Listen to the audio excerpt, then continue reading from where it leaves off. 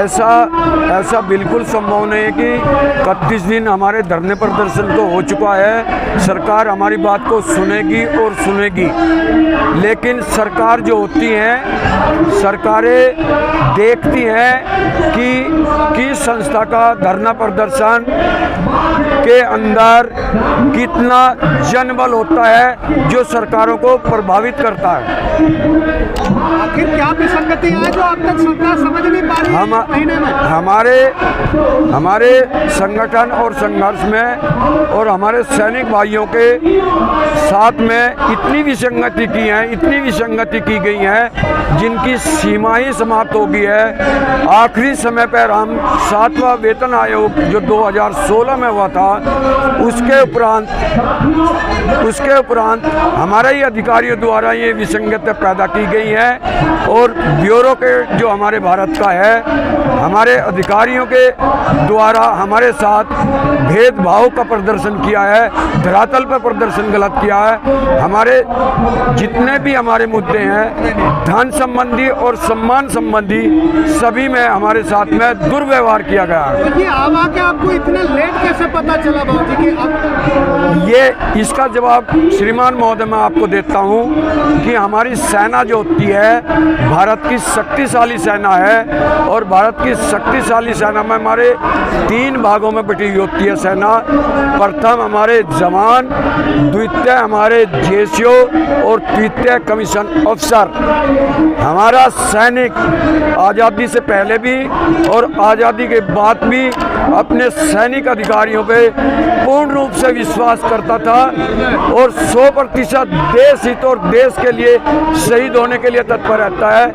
इन चीज़ों को पुराने समय से हम सहन करते चले आ रहे थे, लेकिन 7th पे कमीशन में जो हमारे पास में फिटमेंट फैक्टर का ही अंतर दिखाया है, अफसरों को 2.8 बढ़ोतरी की है पुराने वेतन में, जवान और जेसीओ की 2.57 की बढ़ोतरी की गई है। इसी प्रकार से डिसेबिलिटी जो निकट दुर्गम स्थानों पर हमारे सैनिक रहते हैं, वहाँ पर यदि हमारा अधिकारी विकलांग हो जाता है तो उसको मानक दूसरा है धन देने का। जवान विकलांग हो जाता है उसको धन देने का मानक दूसरा है। शरीर का अंग तो जवान का भी वही मूल्य रखता है, इस हमारे भारत देश में अफसर का भी मूल्य वही रखता है। ये दूसरा भेदभाव है।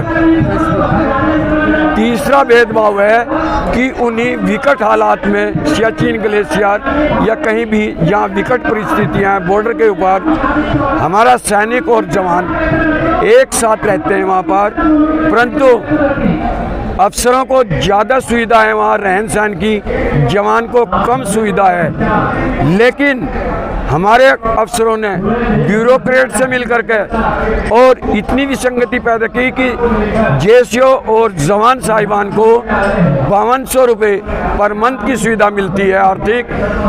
हमारी बेटियां और बहनें MNS होती हैं हमारे मेडिकल विभाग में, उनको 10,500 रुपये की सुविधा मिलती है, परंतु जिनको वहाँ पर रहन सहन की ज़्यादा सुविधा है अफसरों को उनको 15,500 की सुविधा मिलती है। यह विसंगति क्यों? उस विकट परिस्थिति में तो अफसर चाहे वो किसी भी पद पे है और जो सबसे कम आयु का जवान है उस कष्ट को तो शारीरिक रूप से सभी भोग रहे हैं। तो ये विसंगतता जब हमारे सामने आई है इस तरीके से, तो तब हमने ये संगठन पूरे भारत के स्तर पर तैयार किया है और मैं अपने मीडिया बंधुओं के माध्यम से सरकार के कानों तक अपनी आवाज़ पहुंचाना चाहता हूं कि ये आवाज़ सैनिकों की सुन लें और सैनिकों की आवाज़ सुन करके उस पर अमल कर लें। एक तरफ आप बात करते हैं कि ये जो आपका धरना है वो एक सांकेतिक धरना है, वहीं पे दूसरी तरफ आप बोलते हैं कि अगर हम संख्या बल नहीं दिखाएंगे तो सरकार हमारी नहीं सुनेगी। तो आप किस तरफ है कि संख्या बल संख्याबल दिखाना चाहते हैं जब ही सरकार सुनेगी, या फिर आपका ये जो सांकेतिक धरना है ये चलता रहेगा? पत्रकार महोदय ने बहुत अच्छा सवाल किया है कि हम बोलते हैं कि सांकेतिक धरना है। यदि हमारे सैनिकों की भारत सरकार और माननीय प्रधानमंत्री महोदय हमारे सांकेतिक धरने के द्वारा ही हमारी बात को अमल में ले आते हैं और वो मानते हैं कि ये जेन्युइन मांग है, तो क्यों हम जंतर मंतर पे या दिल्ली के अंदर संख्या बल लेकर आएंगे, जिससे कि हमारे देश की राजधानी में अव्यवस्था पैदा हो जाएगी। और यदि वो इस बात से सहमत नहीं होते, लंबा समय कितना भी चले, जब सीमाएं का उल्लंघन हो जाएगा, जैसे अभी इन विसंगतियों में हमारे साथ में 75 सालों में उल्लंघन हुआ है, इसी तरीके से अगर वो हमारी बात को नहीं मानेंगे तो हम संख्या बल दिखाएंगे, जरूर दिखाएंगे हम अपनी सरकार को।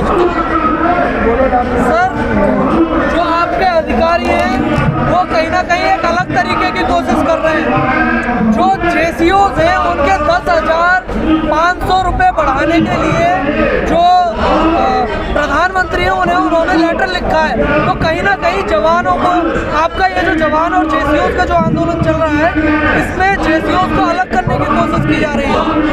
हाँ जी, बिल्कुल आपका कहना सही है, पर मैं प्रेस के जरिए आपको बताना चाहता हूँ, हमने उनके चिट्ठियाँ बहुत देख ली हैं, हमने उनकी चिट्ठियाँ छोड़ो, उनके मेमोरेंडम भी देख लिए हैं, हमारा कहीं जिक्र नहीं है। अभी जो आप बोल रहे हो कि 7500 रुपया बढ़ाने की चिट्ठी लिखी है, वो बिल्कुल झूठ, और उनकी चिट्ठी के ऊपर हम बिल्कुल विश्वास नहीं करेंगे पूरी ज़िंदगी, चाहे कुछ भी हो जाए, क्योंकि उन्होंने जो करना था हमारे साथ कर लिया। आप उनकी चिट्ठी को हमारे माननीय प्रधानमंत्री जी भी नहीं देखेंगे और उनको कूड़े वाली डस्टबिन में डाल देंगे।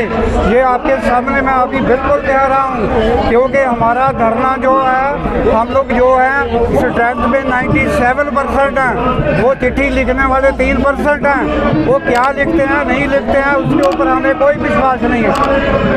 तो क्या आपको लगता है कि जो जेसीओ और जवान का ये जो धरना है वो इसी तरीके से एकजुट चलता रहेगा? बिल्कुल चलता रहेगा, क्योंकि हम लोग क्या है, हम लोग सीखे हुए हैं बॉर्डरों के ऊपर इकट्ठे रहना, जेसीओ और जवान।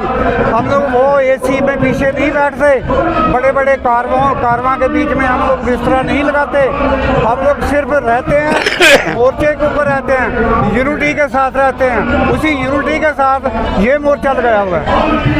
मैं आपके सवाल को पूरा कर देता हूं। सुखदेव साहब से जो छूट चुका है, ये जो आपने ये सवाल किया है मीडिया बंधुओं ने, बहुत बढ़िया सवाल किया हमारे से, कि अभी अफसर ने चिट्ठी लिख दी है कि जेसीओ साहबान को 10,500 दे गए। इसका सिर्फ और सिर्फ एक ही उद्देश्य है कि जवानों और जेसीओ में फूट डाल दीजिए, और उसके उपरांत फिर आपकी ऐसे शब्दों का मंच पे और मीडिया के सामने नहीं करना चाहिए। लेकिन जब किसी एक देश के सैनिक के अंदर दर्द झलकता है, फूट डाल दीजिए, और आपकी तानाशाही जैसे 75 वर्षों से पहले चली आ रही थी, इनको अलग पार्टों में कर दीजिए, और फिर ऐसी तानाशाही आपकी चलती रहेगी। मैम, आप कहाँ से आए हैं? सहारनपुर से। तो आपका जो सहारनपुर में और महिलाएं आने की संभावना है? नारी आएगी। सर, आपको लगता है कि महिलाएं आएंगी? ये पत्रकार महोदय प्रतिदिन हमारे से एक ही सवाल करते हैं कि आपकी वीर नारियां मातृ शक्ति क्या आपके धरने में उपस्थित होंगी? मेरे पूर्व के जो वक्ता थे उन साथियों ने भी आप लोगों को जवाब दिया है, और मैं भी आपको आपके सवाल का जवाब दे देता हूं। हमारी वीर नारियां, हमारी ही वीर नारियां हैं, देश के, भारत देश के सैनिकों की। लेकिन यदि एक गांव की कहावत, गांव की भाषा में बोलता है, सीधी उंगली से घी निकल जाए बर्तन में से, तो टेढ़ी उंगली करने की आवश्यकता नहीं है। अभी आवश्यकता नहीं है। हमें पूर्ण विश्वास है अपने देश के यशस्वी प्रधानमंत्री पे और अपनी सरकार पे कि वो हमारी सांकेतिक धरने से ही हमारी मांगों को मान लेंगे और सह सम्मान मांगेंगे। और यदि सरकार नहीं मांगती तो हमारी वीर नारियों की ताकत भी, जहाँ पर भी हमारी कमेटी जो बनी हुई है, रामलीला मैदान, संसद भवन या जंतर मंतर पे उपस्थित होने के लिए कहेगा, एक एक वीर नारी वहाँ उपस्थित होगी। अभी हम अपनी वीर नारियों को यहाँ कैसे लाएं? आप पत्रकार महोदय ये जनमंच पर देख रहे हैं धरना प्रदर्शन, वॉशरूम की सुविधा नहीं है, रुकने की सुविधा नहीं है। सरकार ने ऐसे आदेश डाल रखे हैं कि 5 बजे के बाद यहाँ एक भी व्यक्ति को नहीं रहने देंगे। हमारे पास धन बल नहीं है, हम एक दरी लेकर खाते हैं अपने घर से, उसे बिछाते हैं, बैठते हैं, खाना लेकर आते हैं। ये चीज़ें मैं राजनीति संबंधी आप लोगों से वार्ता नहीं करना चाहता। मेरे दाएं और आपके बाएं एक विशाल टेंट लगा हुआ है जो दिल्ली की सरकार के विरोध में, मेरे देश की सरकार ही विरोध में खड़ी है। 1, 2, 4 लाख रुपए का उन्होंने वहाँ भव्य प्रदर्शन कर रहे हैं। मेरे संज्ञान में पूरा नहीं है कि शायद वो आज ही है उनका। तो जो सक्षम व्यक्ति है, ताकतवर होता है, वो अपनी ताकत के बल पे ले लेता है। और हम पूर्व सैनिक जो अपना हक लेंगे अनुशासन में रह करके। और ये ताकत वाला सवाल आता कि 99 और 3 में, अब 99, 97 और 3 में प्रतिशत हम लोग एक साथ आ गए हैं, 3 एक साथ रह गए हैं। तो हमें जरूर हमारी सफलता मिलेगी। वर्ष चाहे 1 लगे या 2 लगे, जब तक सरकार हमारी मांगों को स्वीकार नहीं करेगी, लिखित रूप में आश्वासन नहीं देगी, तब तक ये धरना ऐसे ही चलता रहेगा। चाहे फिर हमें भारत माता की जय, भारत माता की जय, भारत माता की जय। सैनिक एकता जिंदाबाद, सैनिक एकता जिंदाबाद, सैनिक एकता जिंदाबाद। लेकर रहेंगे, लेकर रहेंगे।